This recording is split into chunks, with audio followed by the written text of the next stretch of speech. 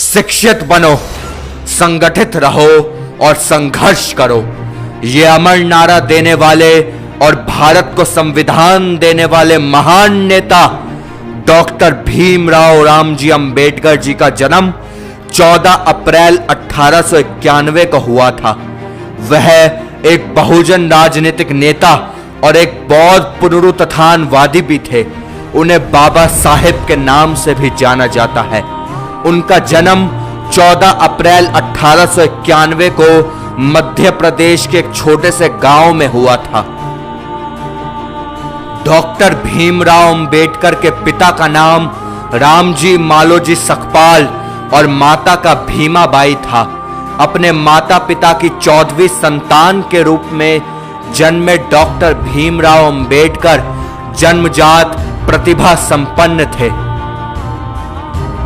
भीमराव अंबेडकर का जन्म महार जाति में हुआ था, जिसे लोग अछूत और बेहद निचला वर्ग मानते थे।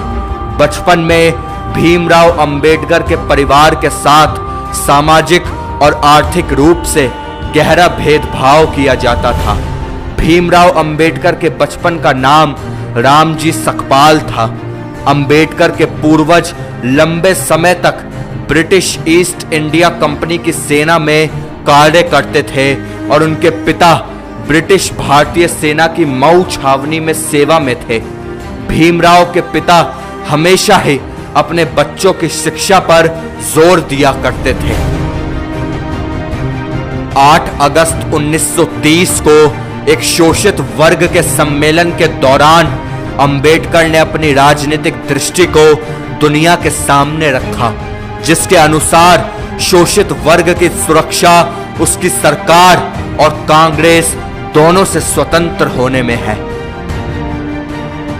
अपने विवादास्पद विचारों और गांधी और कांग्रेस की कटु आलोचना के बावजूद अंबेडकर की प्रतिष्ठा एक अद्वितीय विद्वान और विधिवेता की थी, जिसके कारण जब 15 अगस्त 1947 को भारत को स्वतंत्रता मिली, उसके बाद कांग्रेस के नेतृत्व वाली नई सरकार अस्तित्व में आई तो उसने अंबेडकर को देश का पहले कानून मंत्री के रूप में सेवा करने के लिए आमंत्रित किया, जिसे उन्होंने स्वीकार कर लिया।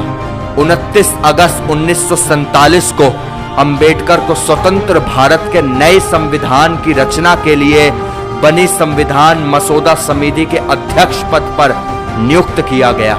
26 नवंबर 1949 को संविधान सभा ने संविधान को अपना लिया। 14 अक्टूबर 1956 को नागपुर में अंबेडकर ने खुद और उनके समर्थकों के लिए एक औपचारिक सार्वजनिक समारोह का आयोजन किया। अंबेडकर ने एक बौद्ध भिक्षु से पारंपरिक तरीके से 3 रत्न ग्रहण और पंचशील को अपनाते हुए बौद्ध धर्म ग्रहण किया। 1948 से अंबेडकर मधुमेह से पीड़ित थे। जून से अक्टूबर 1954 तक वो बहुत बीमार रहे। इस दौरान वो नैदानिक अवसाद और कमजोर होती दृष्टि से ग्रस्त थे। 6 दिसंबर 1956 को अंबेडकर जी की मृत्यु हो गई।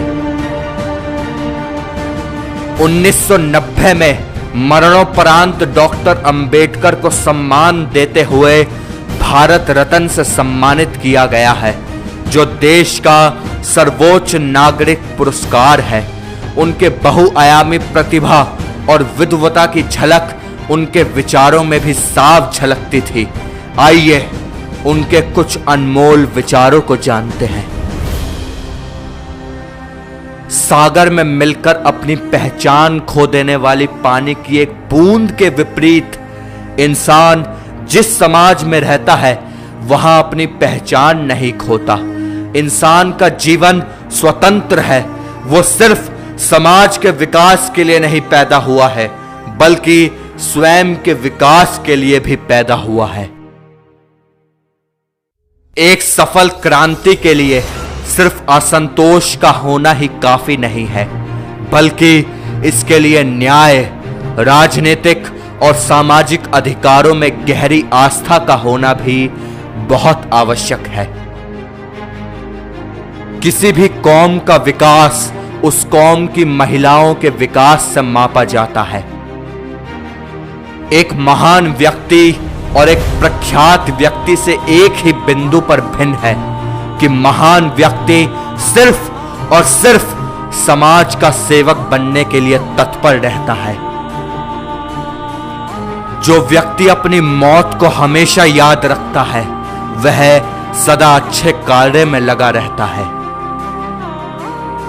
जिस तरह मनुष्य नश्वर है, ठीक उसी तरह विचार भी नश्वर हैं। जिस तरह पौधे को पानी की जरूरत पड़ती है, उसी तरह एक विचार को प्रचार और प्रसार की जरूरत होती है, वरना दोनों मुरझाकर मर जाते हैं। कानून और व्यवस्था राजनीतिक रूपी शरीर की दवा है, और जब राजनीतिक रूपी शरीर बीमार पड़ जाए तो दवा अवश्य दे देनी चाहिए। यदि मुझे लगा कि संविधान का दुरुपयोग किया जा रहा है तो मैं इसे सबसे पहले जलाऊंगा। जय हिंद, जय भारत, वंदे मातरम।